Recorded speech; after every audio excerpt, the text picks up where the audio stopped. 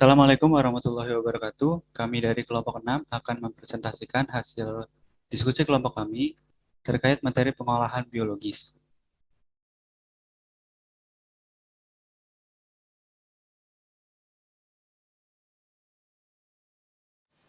Adapun anggota kelompok kami yaitu yang pertama Andika Faras Rahardian Putra, yang kedua R. Bagastri Cahyo saya sendiri, yang ketiga Devin Mahardika Kristiawan, yang keempat Deborah Evelina Sinurat, dan yang kelima Zahra Fatih Rahma. Sistem pengolahan biologis. Pengolahan secara biologis merupakan penguraian bahan organik dalam air limbah oleh mikroorganisme sehingga menjadi bahan kimia sederhana berupa unsur-unsur dan mineral yang siap dan aman dibuang ke lingkungan. Pengolahan limbah secara biologis dengan memanfaatkan mikroorganisme dapat dilakukan dengan aerobik atau anaerobik. Pengolahan dengan cara tersebut memiliki kekurangan dan kelebihan masing-masing, sehingga diperlukan langkah yang tepat dalam penanganan disesuaikan dengan kondisi perairan yang tercemar.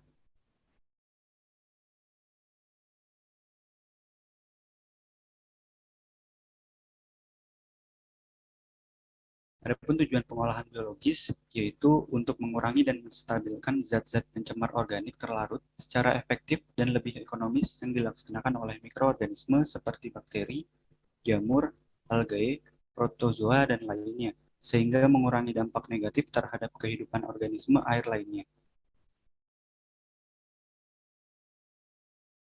Beberapa faktor yang mempengaruhi pilihan metode pengolahan, yang pertama yaitu tingkat pencemaran yang harus dihilangkan, yang kedua besaran beban pencemar, yang ketiga beban hidrolisis, dan yang keempat standar buang atau effluent yang diperkenankan.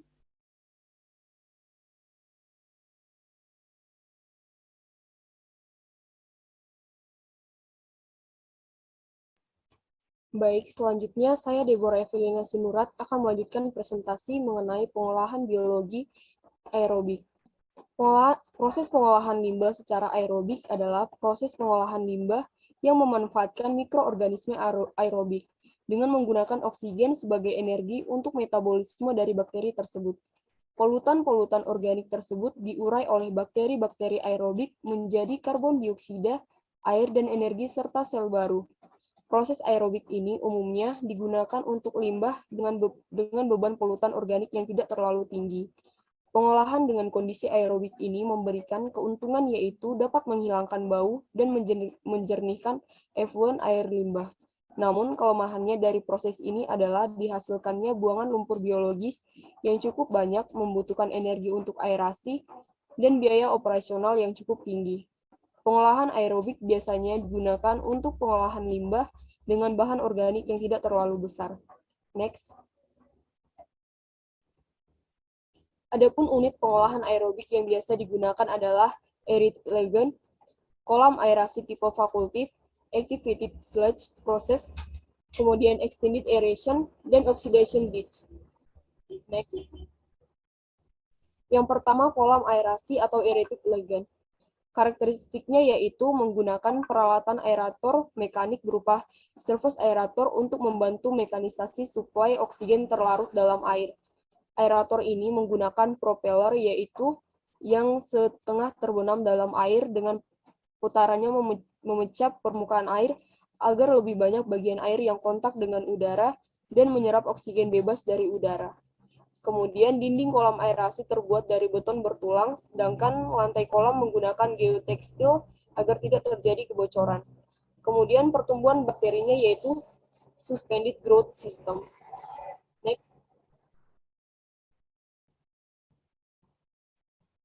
Adapun keunggulannya meliputi biaya pemeliharaan rendah, effluent yang dihasilkan baik, biaya instalasi awal rendah, dan tidak menimbulkan bau. Dan kelemahannya yaitu membutuhkan lahan yang luas dan membutuhkan energi yang besar jika kolam aerasi dilengkapi dengan aerator. Next. Selanjutnya kolam aerasi tipe fakultif. Karakteristiknya yaitu memerlukan aerator untuk proses pengadukan, tapi kebutuhan tenaganya tidak sebesar kolam aerasi. Kemudian pertumbuhan bakterinya yaitu suspended growth system. Kemudian pada lapisan atas terjadi proses dekomposisi aerobik dan pada bagian lapisan bawah kolam terjadi dekomposisi proses anaerobik. Konsentrasi solid antara 30-150 mg per liter, waktu detensi yaitu 3-6 hari, kedalaman kolam 3-5 meter, efisiensi BOD removal sebesar 75-90%, kebutuhan lahan 0,15-0,45 mm kuadrat per kapita. Kebutuhan oksigen sebesar 0,75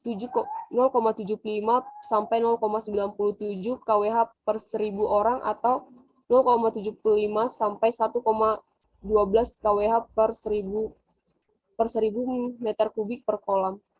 Next.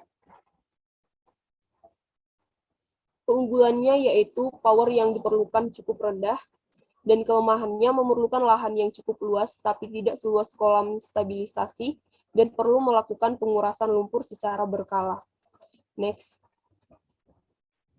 Yang selanjutnya, activated sludge process. Lumpur aktif merupakan proses pengolahan secara biologi aerobik dengan mempertahankan jumlah massa mikroba dalam suatu reaktor dan dalam keadaan tercampur sempurna. Karakteristiknya yaitu pertumbuhan bakterinya yaitu suspended growth system dengan recycle lumpur, ASP konvensional jenis alirannya plug flow, sesuai untuk pengolahan air limbah dengan debit kecil untuk polutan organik yang sudah terdegradasi, biasanya digunakan untuk pengolahan aerobik, dan proses bervariasi termasuk nitrifikasi dan kombinasi dengan reaktor removal nutrien. Next. Adapun keunggulannya yaitu daya larut oksigen dalam air limbah lebih besar daripada kolam aerasi, efisiensi proses tinggi, menggunakan mix mikroorganisme sehingga lebih mudah diaplikasikan, maintenance dapat secara langsung karena dapat terlihat secara visual. Next. Kelemahannya meliputi memerlukan lahan yang lebih luas, proses operasionalnya rumit, yaitu memerlukan pengawasan yang cukup ketat seperti kondisi suhu dan bulking control proses. Kemudian membutuhkan energi yang besar sehingga biayanya juga besar. Selanjutnya membutuhkan operator untuk mengatur jumlah massa mikroba dalam reaktor dan membutuhkan penanganan lumpur lebih lanjut. Next. Selanjutnya akan dijelaskan oleh rekan saya. Selanjutnya ada extend aeration. Extend aeration adalah metode atau cara pengolahan air limbah domestik dengan menggunakan lumpur aktif yang dilakukan dengan cara menghembuskan oksigen pada air limbah yang menggunakan alat pendukung yaitu mesin blower untuk menciptakan proses aerasi. Sistem extend aeration ini banyak diaplikasikan pada industri yang menghasilkan limbah organik, gedung perkantoran, hotel, apartemen, mal, atau rumah sakit. Karakteristik dari metode ini yaitu proses ini merupakan pengembangan dari proses lumpur aktif konvensional. Pertumbuhan bakterinya yaitu suspended growth system. Proses ini tidak memerlukan bak pengendap awal. Konsentrasi solid yang mencapai 4.000 sampai dengan 5.000 mg per liter. Waktu detensi yaitu 0,7 sampai 1 hari, kedalaman kolam mencapai 3 sampai 5 meter, efisiensi BOD removal sebesar 95 sampai 98%, kebutuhan lahan sebesar 0,13 sampai 0,25 meter kuadrat per kapita, dan kebutuhan oksigen sebesar 1,49 sampai 2,24 kWh per 1000 orang atau 1,12 sampai dengan 1,87 kWh per 1000 meter kubik per kolam.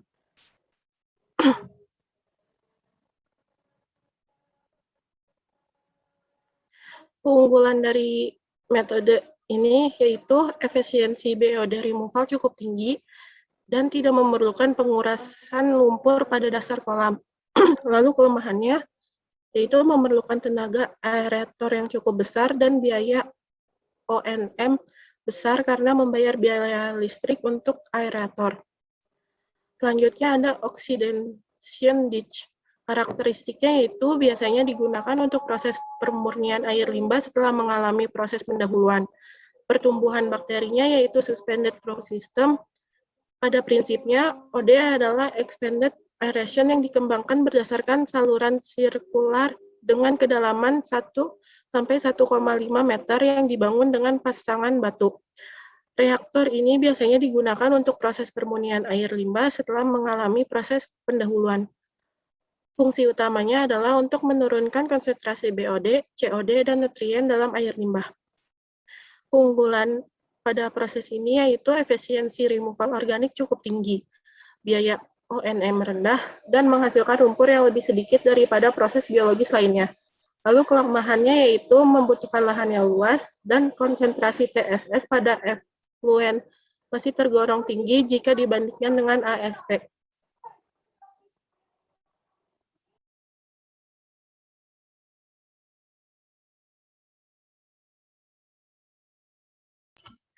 Lalu selanjutnya ada proses anaerob. Sebelumnya saya Devin Mardika Kristiawan akan menjelaskan dari proses anaerob itu sendiri.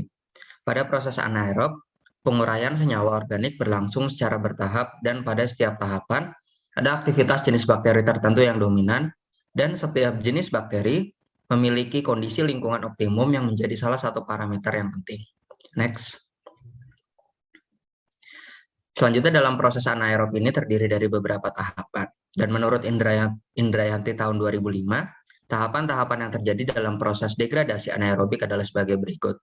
Bisa dilihat di gambar pada layar bahwa bahan-bahan organik kompleks seperti protein, lemak, dan karbohidrat pertama-tama akan mengalami hidrolisis oleh enzim ekstraseluler yang akan menghasilkan bahan organik terlarut yang terdiri dari glukosa dan juga asam amino.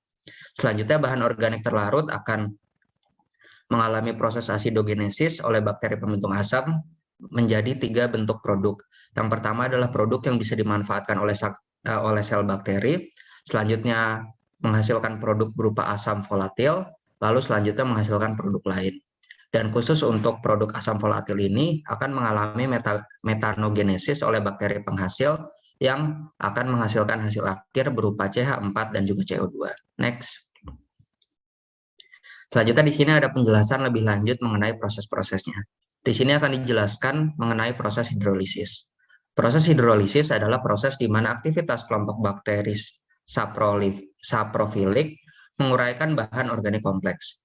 Aktivitas terjadi karena bahan organik tidak larut seperti polisakarida, lemak, protein, dan karbohidrat akan dikonsumsi oleh bakteri saprofilik di mana enzim ekstraseluler akan mengubahnya menjadi bahan organik yang larut dalam air berupa glukosa dan juga asam amino seperti yang telah ditunjukkan pada gambar.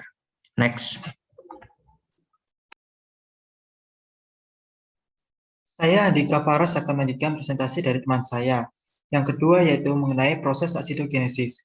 Pada proses ini, bahan organik terlarut akan diubah menjadi asam organik rantai pendek seperti asam butirat, asam propionat, asam amino, asam asetat, dan asam-asam lainnya oleh bakteri asidogenik.